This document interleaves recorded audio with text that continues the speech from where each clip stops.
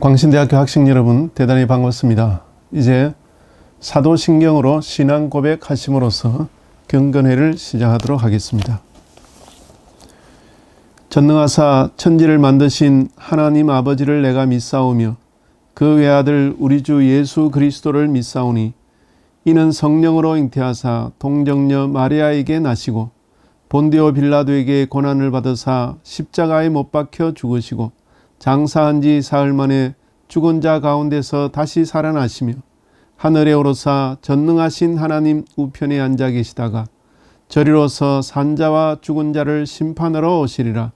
성령을 믿사오며 거룩한 공회와 성도가 서로 교통하는 것과 죄를 사하여 주시는 것과 몸이 다시 사는 것과 영원히 사는 것을 믿사옵나이다. 아멘. 우리 다 같이 찬송 23장을 부르시겠습니다.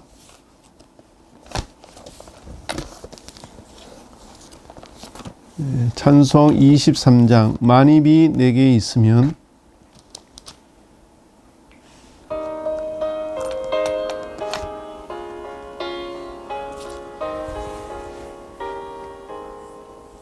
만입이 내게 있으면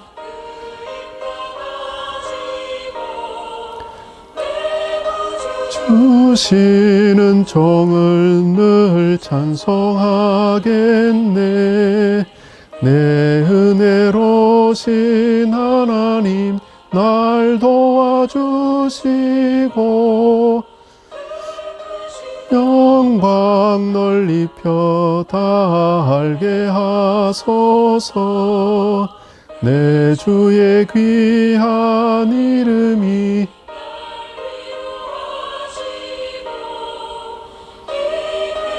음악 같으니 참 희락되도다. 내 죄의 권세 깨뜨려 그 결박 부시고 마음을 비로소 고정케 하셨네. 아멘.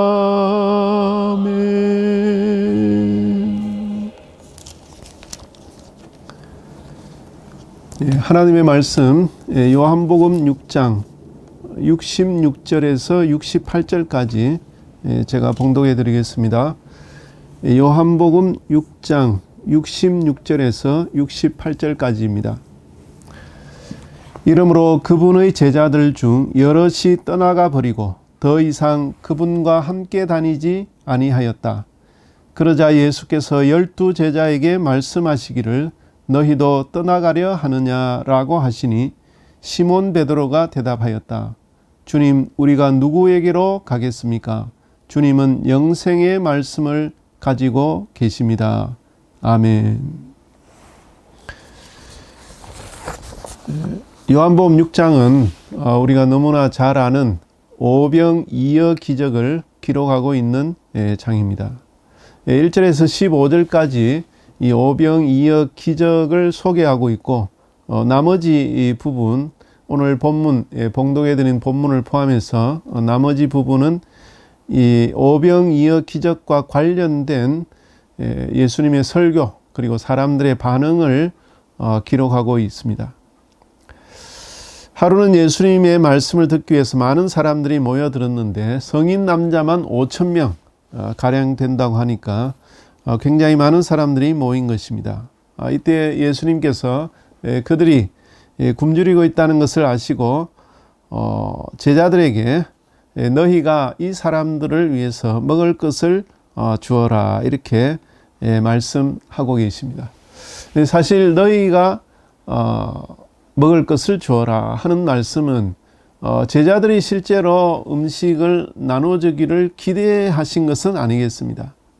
너희가 주어라고 하신 것은 결국에는 예수님 자신이 음식을 사람들에게 주시겠다는 뜻인 것입니다. 다른 말로 하면 내가 음식을 나눠주겠다 이런 예수님의 의사를 지금 표현하고 있다는 것이죠. 베드로의 형제인 안드레가 한 작은 아이를 데려왔는데 이 아이는 자기가 먹기 위해서 가져온 조그마한 도시락과 같은 음식이 있었습니다. 떡 5개와 한 입에 들어갈 크기의 작은 크기의 생선 하나였습니다. 그러자 예수님께서 사람들로 앉게 하여라 라고 말씀하셨는데 10절에 보면 이 사람들로 앉게 하여라 했습니다. 이것은 식사를 하기 위한 식사 대형으로 펼쳐 앉으라 이런 뜻이겠죠. 사람들이 자리를 잡고 앉았을 때 예수님께서는 떡과 생선, 그 작은 아이가 가져온 떡과 생선을 가지고 하나님께 감사 기도를 하셨습니다. 그리고 제자들을 시켜서 사람들에게 나눠주니 모든 사람들이 배불리 먹고 남은 것이 12바구니가 되었습니다. 이와 같은 오병이어 사건과 이 사건에 대한 해석을 담고 있는 이 요한복음 6장 전체의 내용은 사실은 자존심에 관한 것이라고 말할 수 있습니다. 이 자존심이라는 것은 남에게 굽히지 않고 자신의 품위를 스스로 지키는 마음이다. 이렇게 사전에 설명되어 있습니다. 사실 우리 주변에서 우리는 자존심이 매우 강한 사람들을 가끔 만나게 됩니다. 자존심이 강한 사람들은 굉장히 다루기가 힘듭니다. 한번 마음이 틀어지면, 자존심이 상하면 그 깨어진 관계를 회복하기가 쉽지 않기 때문입니다. 그런데 또 어떤 면에서는 이 사람들을 쉽게 다룰 수도 있습니다. 그들의 자존심만 살려주면 그들은 정말 대하기가 편한 사람인 것입니다. 그의 자존심만 살려주면 무엇이든지 그에게 요구해도 다 들어주는 사람이 자존심이 강한 사람입니다. 요한복음 6장에는 자존심이 매우 강한 한 분이 등장하고 있습니다. 이분은 자존심 자체라고 말할 수 있습니다. 그렇기 때문에 이분의 자존심을 살려주면 그분은 엄청나게 보답해 주시는 분입니다. 자기의 모든 것을 희생해서라도 자기의 자존심이 살아난 것에 대해서 대가를 지불하시는 분입니다. 이분은 바로 예수 그리스도이십니다. 예수님의 자존심은 그 수많은 군중을 앞에 두고 제자들에게 너희가 먹을 것을 주라고 말씀하실 때 드러났습니다. 너희가 먹을 것을 주어라. 다른 말로 하면 내가 저 사람들의 먹을 것을 줄 것이다, 이런 뜻이죠. 다른 사람들에게 부탁하지 마라. 배고픈 사람들 스스로 해결하도록 맡겨두지 마라. 내가 그들의 문제를 해결하겠다. 이것이 예수님의 자존심이었습니다. 오래전 우리나라에는 자존심이 아주 강한 양반이라는 계층이 있었는데 가난한 양반들에게 손님이 찾아오면 그 양반의 부인은 남편의 자존심을 살려주기 위해서 자기 머리카락을 잘라 팔고 그 돈으로 손님의 그 음식상을 차리는 것이죠. 요즘은 시대가 바뀌어서 자기 부인의 자존심을 살려주기 위해서 남편들이 불철주야 일하고 있습니다. 예수님께서는 오병이어를 가지시고 군중들 앞에서 식사할 준비를 하라고 외치십니다. 내가 먹을 것을 주겠다. 내가 너희의 기도에 응답하겠다. 이것이 예수님의 자존심이십니다. 사실 어린아이의 도시락이 없었을 때 이미 예수님은 제자들을 통해서 자신이 음식을 나눠주겠다고 이야기하신 바가 있었습니다. 어린아이의 도시락이 없었더라면 제자들은 빈 광주리를 들고 다니면서 거기에서 음식을 꺼내서 사람들에게 나누어 주었겠죠. 예수님은 아무것도 없으실 때 큰 소리 치신 것입니다. 가진 것도 없이 큰 소리 치는 것, 빈손으로 큰 소리 치는 것, 이것이 예수님의 자존심입니다. 예수님께서는 아무것도 없으신 것 같은데 사람들 앞에서 내가 너희들의 먹을 것을 주겠다고 큰 소리 치셨습니다. 그리고 그 소리대로 되었습니다. 예수님께서 저희의 원대로 주시고 남은 것을 거두니 12광주리에 가득 찼다고 했습니다. 로마서 8장 37절에 보면 우리가 이 모든 것, 환난이나 곤고나 박해나 굶주림이나 헐벗음이나 위험이나 칼에 대하여 우리를 사랑하시는 분, 다시 말해서 곧 예수님으로 말미암아 넉넉히 이긴다라고 선언하고 있습니다. 넉넉히 이기는 것, 이것이 예수님의 자존심인 것입니다. 12광주리, 이것은 간신히 가까스로 그 일을 하신 것이 아니라 넉넉히 하셨다는 것을 증명하는 증거인 것입니다.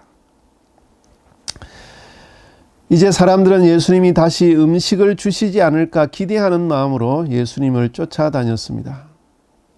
사람들은 예수님에게 주여 떡을 항상 주소서 그렇게 이야기했습니다. 예수님이 이런 사람들에게 내가 하늘에서 내려온 떡이다. 내 살을 먹고 내 피를 마시는 자마다 영생을 얻을 것이다 라고 말씀하셨습니다.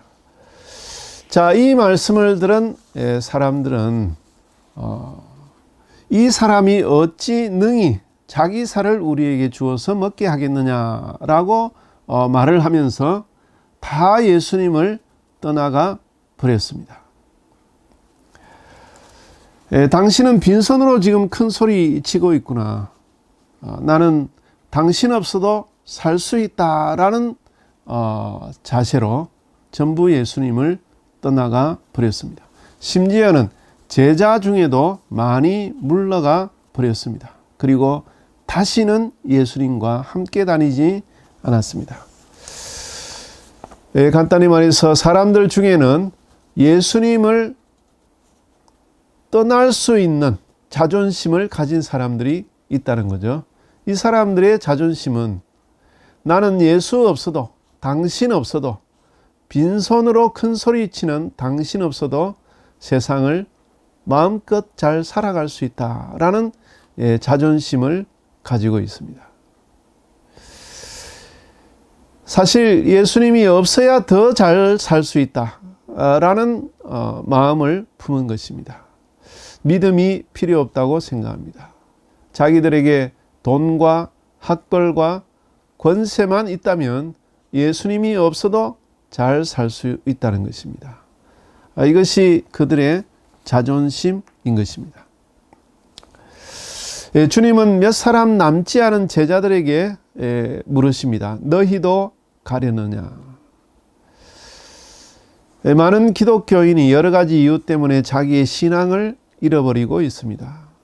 빵을 원해서 주님을 떠났던 사람들처럼 우리도 우리의 명예를 위해서, 우리의 이익을 위해서, 우리의 생존을 위해서 주님을 떠나가 버립니다. 우리의 욕심, 우리의 야망을 위해서 주님을 떠나갑니다. 주님은 남은 자들에게 이렇게 물으십니다. 너희도 가려느냐? 빈손으로 큰 소리 치는 주님과 함께 있을 것이냐? 아니면 떠나갈 것이냐?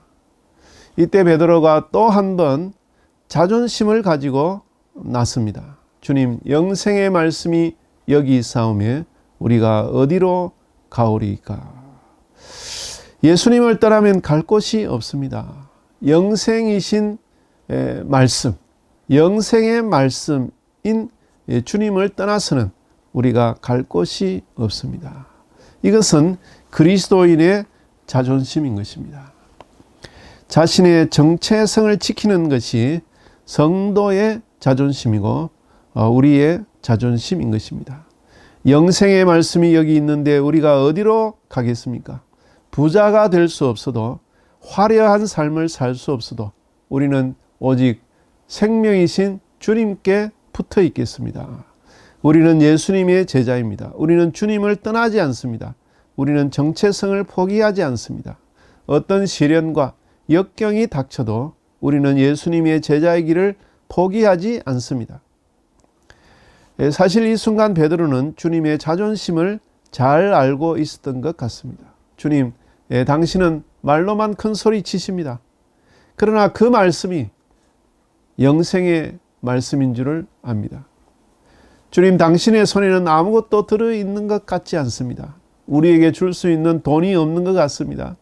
우리에게 줄 수 있는 명예가 없는 것 같습니다. 우리에게 줄 수 있는 권세나 세상적인 야망, 영광이 없는 것 같습니다. 주님은 빈손으로 큰 소리 치는 것 같습니다. 그러나 주님이 생명이십니다. 그러므로 주님을 떠나서는 우리가 갈 데가 없고 주님과만 함께 있겠습니다. 이것이 베드로의 자존심이었습니다. 베드로는 예수님의 자존심에 자신을 맡겼습니다. 내가 너희들에게 먹을 것을 주겠다 라고 말씀하시는 그 예수님의 자존심에 자기 자신을 맡겼습니다. 자신의 삶, 자신의 미래, 자기의 꿈을 맡겼습니다. 그러므로 예수님은 베드로를 위해 죽으시고 그를 위해 모든 것을 다 베풀어 주실 것입니다. 베드로가 주님의 자존심을 살려주었기에 주님은 베드로를 위해 모든 것을 희생하시고 모든 것을 주실 것입니다. 베드로의 자존심, 우리 광신대학교 학생들의 자존심이 바로 이것입니다. 나는 예수님이 없으면 살 수 없습니다. 남들은 다 제 살 길 찾아서 자기의 욕심을 따라 주님을 떠나지만 나는 주님을 떠나서는 살 수 없습니다. 예수님 당신과 함께 있겠습니다. 그리고 마치 빈손으로 큰 소리 치는 것 같은 그 주님만을 믿고 의지하고 이 세상을 살아가겠습니다 하는 것이 우리의 자존심이 될 것입니다. 기도하겠습니다. 하나님 아버지 감사합니다. 많은 사람들이 눈에 보이는 확실한 것을 추구하면서 살아갑니다. 그 눈에 보이는 것을 위해서 신앙을 포기하기도 합니다. 그러나 하나님 아버지, 우리들은 베드로처럼 영생의 말씀이 주님께 있다는 것을 압니다. 주님을 믿고 의지하면서 살아가기를 원합니다. 이번 학기도 주님께서 우리를 도와주셔서 성공적이고 아름다운 학기를 영위해 나갈 수 있도록 도와주시옵소서. 감사하고 예수님의 이름으로 기도하옵나이다. 아멘. 이제 주기도문으로 오늘 경건 예배를 마치도록 하겠습니다. 하늘에 계신 우리 아버지여, 이름이 거룩히 여김을 받으시오며 나라의 임하옵시며 뜻이 하늘에서 이룬 것 같이 땅에서도 이루어지이다. 오늘날 우리에게 일용할 양식을 주옵시고 우리가 우리에게 죄 지은 자를 사하여 준 것 같이 우리 죄를 사하여 주옵시고 우리를 시험에 들게 하지 마옵시고 다만 악에서 구하옵소서. 대개 나라와 권세와 영광이 아버지께 영원히 있사옵나이다. 아멘.